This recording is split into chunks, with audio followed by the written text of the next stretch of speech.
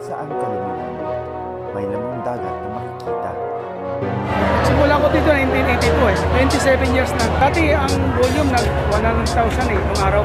100,000 na Volume, banyera. na banyera. Ngayon nasa magkano?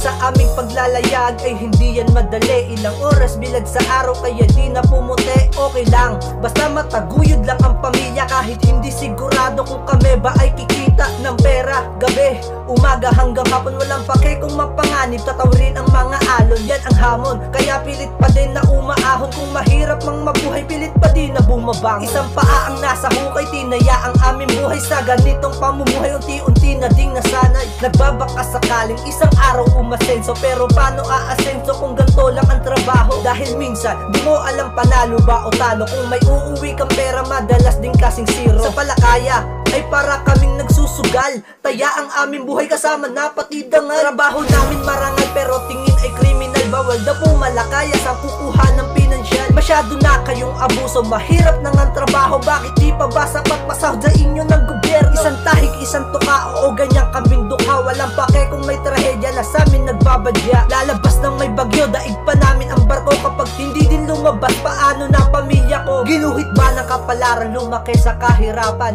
Kayod kalabaw basta merong pagkakitaan. Sa masungit na panahon ay nakikipagsabayan upang kinabukasan namin ay di na magutuman. Walang kasiguraduhan kung kami makakahuli. Wala na ngang mahuli, tas meron pang manghuhuli. Di na namin alam kung saan pa kami lalagay. Pero di ka daw uhulin basta meron ka daw lagay. Sa palagay nyo ba, tama ang inyong ginagawa? Nakapag-aral nga kayo pero walang pakikikapwa. Kaysa gumawa kami ng masama, at least ito parehas masagana ang inyong buhay at hindi nyo to dinana. Sa isang kagaya ko na lumaki sa hirap, magsikap lang ng magsikap, maaabot din ang pangarap. Marami mang hadlang sa daan ating lalakaran. Tayo ay lumabang kahit pinanghihinaan. Ganto man ating buhay, sunod lang tayo sa agos. Dadating din yung araw na tayo ay makakaraos. Sa hirap ng buhay dapat lang tayo na masanay. Kahit pawis at dugo man ang atin na inaalay. Huwag tayong mawawalan ng malaking pag-asa. Hindi na sa ngayon pero meron pa din tsansa. Na tayo'y makasama na ang buhay sumagana. Tumingin sa itaas sa kanya tayo